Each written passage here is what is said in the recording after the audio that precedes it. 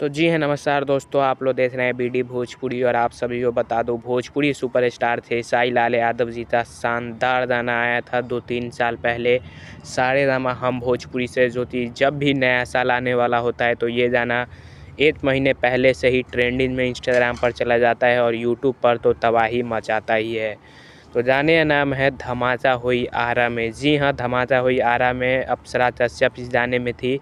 सारेगामा से 3 साल पहले ये गाना आया था और न्यू ईयर सॉन्ग था ये। और इस गाने पर अभी से ही इंस्टाग्राम पर रील बनना शुरू हो गया है और 7,87,000 रील्स बन चुके हैं, यानी 1 मिलियन रील्स इस पर बहुत जल्द ही कंप्लीट होने वाले हैं। तो आप लोग समझ सकते हैं कि अभी इतना टाइम है नए साल के आने में, 10-12 दिन है अभी, और तब से ही ये गाना इंस्टाग्राम पर ट्रेंड कर रहा है।